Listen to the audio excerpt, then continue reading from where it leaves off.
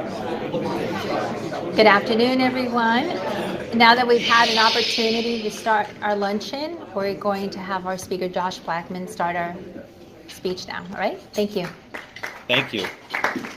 Thank you so much to Elena and everyone here in Orlando. This is my first time giving this talk, so you get the preview. But I assure you it's going to be good. Generally, when I give a lecture on various topics, I can analyze them objectively. You know, I'm a professor. I can talk about the law. This topic is different. This topic is about me. And it actually began when I was giving a talk on this exact topic. So in March, I spoke at the CUNY Law School in Queens, New York. The topic, as the sign suggests, was the importance of free speech on campus. And this is a topic that I've given many times before at law schools across the country. I didn't really think anything of it. About 3 days before the event, I got an email from the president of the student chapter. And he said, quote, "We passed out the flyers today, and a large number of students are already up in arms about the event." Mind you, the flyer was basically this sign, but smaller. It said the importance of free speech on campus. That was the topic. Okay. And apparently the school sent an email around saying that their enraged students are planning to protest my speech. I asked, why are they protesting me? I didn't do anything, but why are they protesting me? I haven't been protested before. And the student wrote back, the president of the chapter said, they saw first that this is a Federalist Society event. So they assumed that to be something worth protesting. Maybe they're right. Second, they read some of my writings, or at least they read the headlines at least, where I talk about DACA and the Affordable Care Act. And they quote, I'm reading a quote, they instantly assume you're a racist. Okay. And third, the title of the event about free speech reminded them of Ann Coulter and Milo Yiannopoulos. You might know who he is. I am, of course, just like Ann Coulter. There's no difference. We're one and the same. Not quite as blonde, but, you know, it works. So the student assured me, don't worry, Josh. We have the support of the administration, right? The dean of the law school will have your back. And the event will proceed as scheduled. I'm like, okay, good. They didn't cancel on me. So far, so good. A couple of hours before the event begins, the dean of the CUNY Law School, her name is Mary Lou Billick, sends an email to all students. I'll read you this email. She says, as a law school, we are committed to academic freedom, the free exchange of ideas, and expression of all points of view, including the academic freedom to disagree with the viewpoints of others. She says, university policy provides guidelines for how to express disagreement lawfully, including through demonstrations, defines prohibited conduct, and details the procedures for handling disruptive demonstrations at CUNY facilities. Okay, so she says, there's a way to demonstrate, but you have to do so lawfully. Like, okay. A few minutes later, let me show you this tweet. This was my first sign that something was up. Sorry, I'm scrolling so quickly, I have to find it. A few minutes before the event begins, I see a tweet from someone at CUNY, I can only presume. He says, Twitter is the way people talk now. That's how people talk. If you don't know what Twitter is, it's a communication thing, everyone uses it. He says, only at the nation's premier public interest law school does a dean send an email about CUNY limits on protest shortly after a conservative student org, the Federal Society, you, sends a reminder about the vile speaker, Justin Blackman. That's not, my name is Josh Blackman, but there is a football player named Justin Blackman, M-O-N, I think he goes to Oklahoma State, but anyway, Justin Blackman, that they're bringing to campus. Now, the next few symbols I need to explain, you remember the olden days, the sign of protest is flying the American flag upside down? Okay, that's how millennials do it. They put the emoji for smiley upside down as a distress symbol. It's, I don't know. This is what they learned at CUNY Law, how to do emoji. You know, because when writing a brief to a court, you say, "May it please the court," upside down frowny face. That, you know, that's how you persuade a judge. Or at least in Queens. I don't know how it works out in Florida. So I read that, I'm like, huh. That's something new. I haven't had people protesting me by Twitter before I even started. Then it got a little bit more serious. Maybe about 30 minutes before the event began, the CUNY Chief of Public Safety, I didn't know such a person existed, but they have a Chief of Public Safety. He told me that a few dozen students were already assembled in the hallway outside the room. And they had amassed earlier that day to create posters and signs. They actually handed out poster board and magic markers. It was basically arts and crafts. They were making posters with magic markers and poster boards to object to my presence. I asked the security person, are they going to disrupt me and heckle me and prevent me from speaking? And he says, yeah, I don't know, which meant yes. Then it got a little different. He asked me what my exit plan was. Now, for those of you old enough to remember the exit strategy from Iraq, if you remember back in the 2000s, like, what do you mean, what's my exit strategy? He says, how are you planning to leave the building? Like, oh. He said there are certain ways you can leave the building that are safer than other ways. I'm like, oh, really? Huh. And I said, I plan to leave via Uber. He said, good, you shouldn't be taking the subway. Oh. These are things I've never considered. Believe it or not, the Federal Society doesn't have a liability policy for insurance for their speakers, right? There's no assault policy on the Federal Society speaking roster. And then I thought of Charles Murray. He is a fairly prominent analyst, pundit, call him whatever you want, and he spoke at Middlebury College. And he was physically assaulted. A professor who was with him got sent to the hospital. They broke her collarbone, I believe. They were rocking his car as he was trying to leave the campus. And thinking, my exit strategy, Well, that's new. Originally, the security person said, it's okay, you'll be fine. Don't worry about it. But then he calls me 20 minutes later and says, you know what, let me escort you into the room. I'm like, Okay. So I hope this audio works. I'm going to play, the entire video is on YouTube. It's about 80 minutes long. I'm not going to play the entire thing. I'll play clips of it for you. So the scene you're watching now is me walking down the hallway. And I don't want to give you any preview. If you've seen it already, don't ruin it. But let me I hope this audio works. Okay. Oops.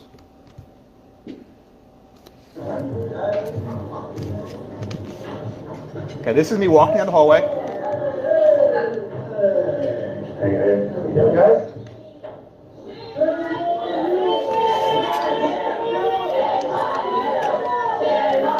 These are law students? These are law students.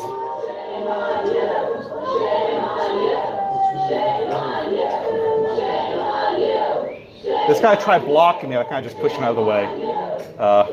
And then there's only 5 people in the room. So the room's empty.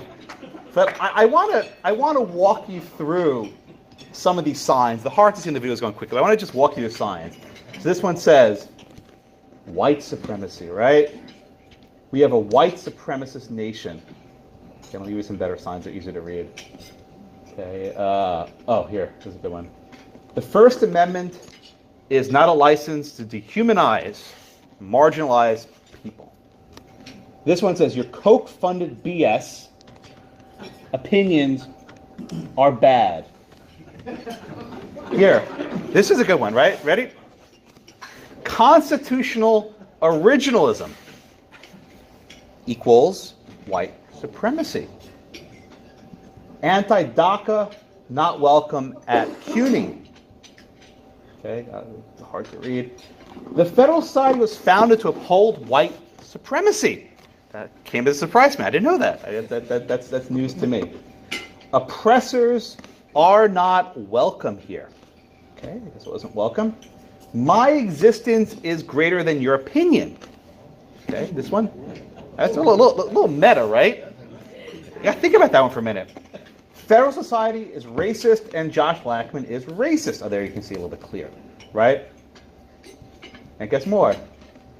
Why CUNY, you said DACA, CUNY, you said DACA students are welcome here. Where is the protection? Where is the safety? Well, I think my exit strategy, I was for my own safety, walking through this gauntlet. It was a little intimidating. I hadn't done that before. And you can just see there are like 50 people there. It goes all the way down the hallway. And they actually covered both elevators, so there are two ways of entering. They were covering both entrance points. They learned this in their classes at CUNY. Okay? You are not welcome here. Rule of law equals white supremacy. Your hate speech is not welcome here. Shame on CUNY. Don't give oppressors, that's me, don't give oppressors a platform. Restoring the rule of law equals white supremacy. CUNY law, you failed your students past, present, and future. Man, what a burden. Federalist is racist and Josh Blackman is racist. No racism, no transphobia, no xenophobia, no ableism, that's handicap discrimination if you don't know, and no ageism, that's discriminating against old people. I don't know if I've done that. I like old people. I have no problem. But anyway, they got to go down the ism list. Go home, Josh Blackman. I actually was home. I'm from Staten Island. I live fairly close to Queens. I was visiting my parents for Passover. That's why I was in New York. That's why I gave the talk.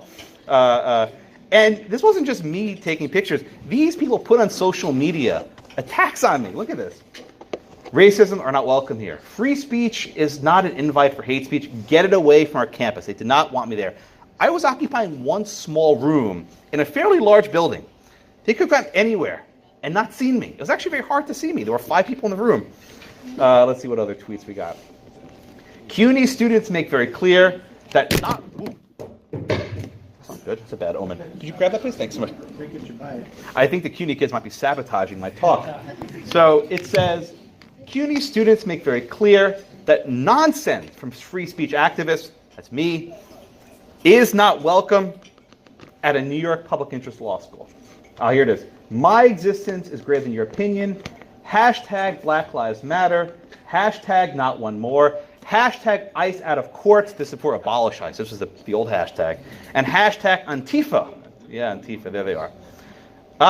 And there's going to be some profanity in this talk. If you have any... If you have sensitivity, just leave. There's a safe space in the other parking lot. My free speech is fuck you, white supremacists. And she's holding that sign up with pride. Okay. Well, let me address that. These are 3rd and 2nd and 1st year law students. No. They are all law students. This was not undergraduate. These were all law students. They will be sitting for the bar in probably now, in a couple weeks, right? They're going to have to pass character and fitness. Now, this is probably a badge of honor in New York, character and fitness. This is probably like, yeah, they got it. But these are people who will be representing. It gets worse. It gets worse. So, no platform for fascism. Here they are. They shame on CUNY. I mean, I can go on for hours. All these pictures. I mean, this is my favorite sign. This one I actually agree with. Your legal analysis is lazy and wrong. Guilty as charged. I will own that one. I'll own it. I'm sorry. I'll own it. It's right. It's true. And this one just says "fuck off." And this is the snake on the Gadsden flag. If you recognize that, that's one of their symbols. I don't quite get it. Conservative hate does not equal intellectual debate. The Constitution is racist. Okay, here we go. Oh, still going. Okay, so now let me go back to my actual spiel. I finally get into the room. And much to my surprise, there are actually about 5 people there. There were like 50 people outside the room and like 5 people inside. Look, the room's completely and entirely empty. So I think, okay, whatever. That's fine, right? They're going to leave me alone. I'm going to give my speech in an empty room and I'll go home and have some matzah, right? That was my plan for the day, right? No, that wasn't meant to be. So let me just play the rest of what happens next. If you know the answer, don't ruin it. So, I'm walking in front of the room, go to the front of the room. There's no one there. It's an empty room. And this is the camera angle in the back of the room. So I get set up, put my bag down. And then they come in. They file in. And they surround the entire perimeter of the room. They've surrounded the entire room.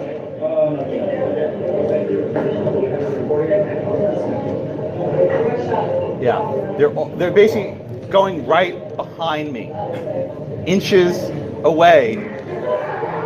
as I'm prepared to give my talk, or at least I think I'm going to give my talk. Again, I don't know what's going on. They didn't tell me their game plan. It's easier for me to watch this in hindsight, but I had no idea. Okay, so I'm going to pause it here. So what happens next gets a little ugly, right? So the audio is hard to hear, so I'm going to read some of the statements because it's a lot of cross-talking. But the president of the Federalist chapter is a guy standing in the suit right in front of me. I'm in the back with the red tie. He's over there. And he's about to ask the students to move to the back of the room. You know, I'm giving a speech. I'm up front. No one's standing behind me, I don't think. So he's about to ask them, can you please go to the back of the room? Let's see how they respond to this. Okay. So we're going to ask you please to stay quiet on the back of the front as a ready for speakers. I think you'll receive that. Just a lawyer. Is this fun? Is this acceptable under our rules?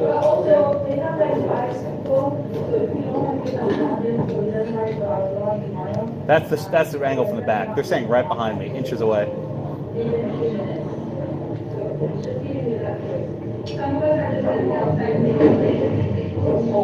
All right, and someone fell in the back, totally unrelated, whatever, right? It was actually this very nice conservative girl who she was saying that she was actually afraid to speak up in class because of the pressure. I'll talk about her a little bit later, but she took a tumble in the back. It wasn't pretty.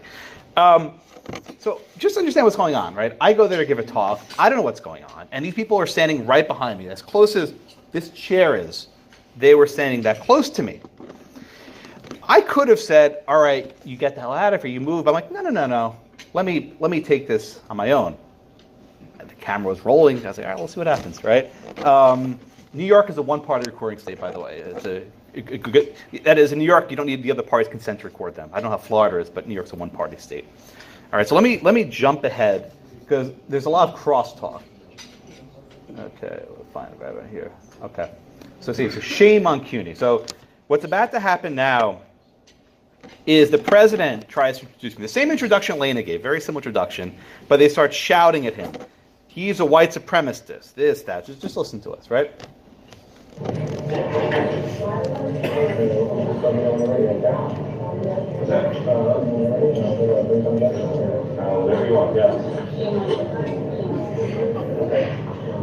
And all 7 of you guys. Or 5, but whatever. There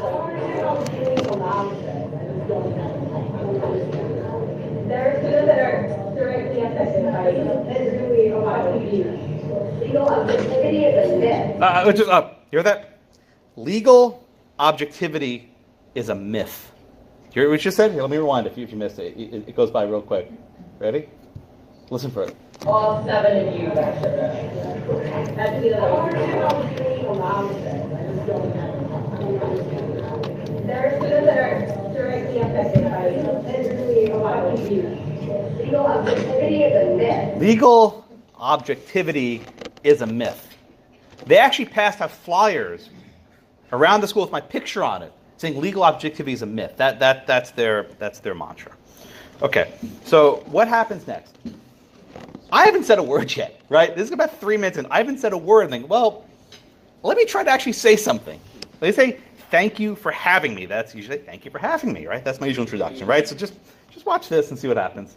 I try to You still have an opportunity to leave. give an opportunity to leave.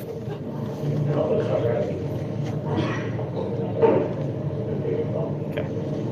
So thank you guys for coming. I'm here to introduce Professor Josh Blackman from the South Texas College of Law. Yeah. He's trying to introduce me. They're just yelling at him. It's actually very tough to speak. People yelling at you. I don't know if you've ever tried it, but to get your thoughts collected, it's actually really tough. So I give this present. He was a good guy. I think he comported himself with grace under fire. To discuss the topic of freedom of speech in the context of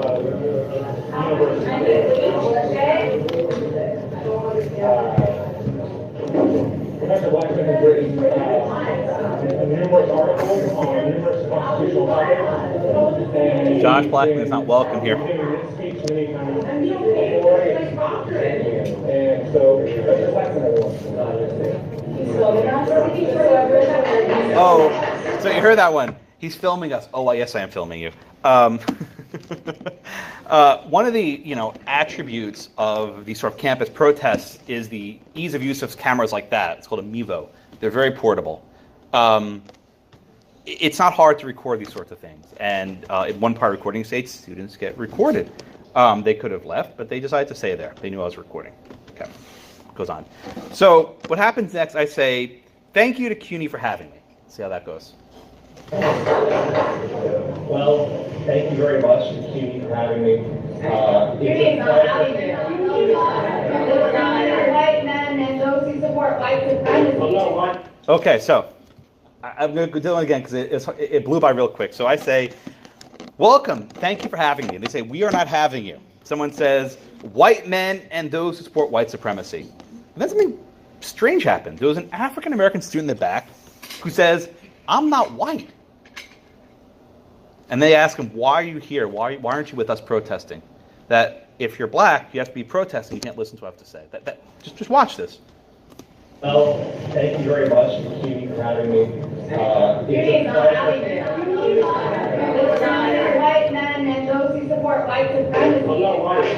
I'm not white. Then white men support white supremacy. Excuse me, I think it was already explained to you. So basically, if you're not up there, you're enabling white supremacy. They were shaming people in the room, saying you still have a chance to leave. You should leave.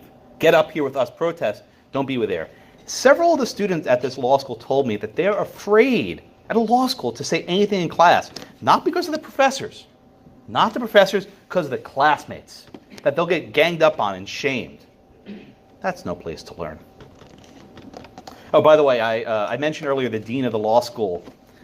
I actually saw her at a conference yesterday. She pretended not to know me. It was actually pretty funny.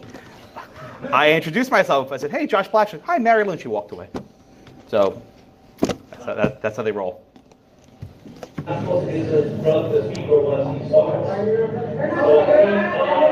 Okay, so the president of the chapter saying, you guys stop interrupting. What happens next is actually good. So this person walked in. She's a member of the administration. I think she's an associate dean or some such position. And she tries to lay down the law. And she says, you can't disrupt him. Now, again, she comes in once and only once at the 3-minute mark. And then it goes on for some time after that. But she lays down the law, which I appreciated. All right, listen. Everybody stop. Let me tell you something. The university rules are people get to speak. You may protest. But you may not keep anyone from speaking. If you do, I have other things to do. I will be back. Or you can resolve this yourself. Okay. And leave it. Okay, so she never actually came back. She had this entire spiel, I will come back, like Arnold, right? I'll be back. She never came back. And if you notice, she didn't actually make any threats of discipline. It wasn't, if you don't get down, I will have you suspended. It's, I will take care of it. So there's no actual real threat. This was, I appreciate the gesture. It was empty. And as you'll see in a moment, they start questioning her authority. One of them says, why are you bringing racists into your school? Can you answer that? Just watch this clip for a bit. This is one of my favorite parts. Why are you bringing racism into your school? Can you answer that? Why haven't you provided support for students who are affected by students here? You're not children, you can't talk to us. Yeah, that we are not children. You can't talk to us like that. It's like you need the hall pass in 4th grade, right? Then it gets even stranger. There's a professor in the back who is actually telling the students, leave him alone, I think. Oh, you can listen. There's a professor in the back. Please don't take the bait. Understand this? The professor's telling them, don't take the bait. What does that mean? He thinks that I'm baiting them, that I'm trolling them, that I'm trying to get them to make an outburst, which I can then put on YouTube and get 25,000 views, right? No. He thinks that I'm trolling them. I've done this talk many times. I've never had this. I want to give my damn talk. But he's saying, don't take the bait. That's what he's saying. And the students are disappointed, like, Franklin, even you're with him? You're with the supremacist, right? He is threatening. You heard that one, right? He is threatening us. I am threatening them. One against, I don't know how many there were a lot. I was threatening them. I haven't said beyond welcome. I'm good to be here. I haven't said a damn word. My mere presence, my brain being in their vicinity was enough to make them feel threatened. Let me tell you something. There was a law professor at USC who said, no. Blackman is tall and muscular. As if I could have handled a brawl with 15 people pouncing. This is insane, right? This is lunacy. You are threatening me. Give me a break, right? I was just one guy there. That could have turned ugly very quickly. And I didn't feel threatened, but these things turned quickly. Had they gotten a little bit closer to me, I would have been in the hospital. I mean, it's not facetious, right? These people, I think, were pacifists. I don't think they were intending on hurting me, but when I give these speeches, I don't usually think about my physical safety. I just don't think about it. It's not something that occurs to me. I think, how do I get my talks, have the PowerPoint right, how to put my audio, make sure everything. I don't think, how am I exiting the damn building? That's not a question that usually runs across my mind, nor should it. Nor should it, at a law school especially. Anyway, so he is threatening us. Now what happens, the students start discussing, should they actually leave? Can they be punished? And say, no, we're going to stick around. So watch this for a bit.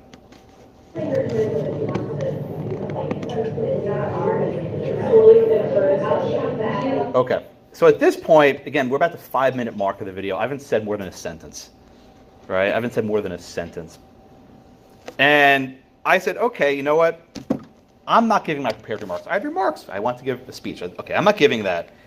Instead, I said, I'm going to try to engage these kids. I call them kids loosely. So they had passed around this pamphlet around the school. It's basically a libel sheet of the reasons why I'm a white supremacist, that I'm a racist, that I'm homophobe and transphobe. Just all these slanders against my reputation. And they hand these out, these bills throughout the law school. So I'm actually taking it out of my pocket. You can see it in a minute. I'm going to read from it. And I want to go down the list and ask them each accusation they made. Let me challenge those kids. See if they can actually handle a human interaction, not over Twitter, with upside-down frowny faces. See if they can handle it. So let's see what happens next. It turns very quickly. It gets better. So, for those of you who are actually here to hear me speak, I'll try. When I came to say there was a sign, and that's a little pamphlet. And they had to save paper to save trees, so I made it in quarters, very, very small font. the idea that his views, my views, merit space on this campus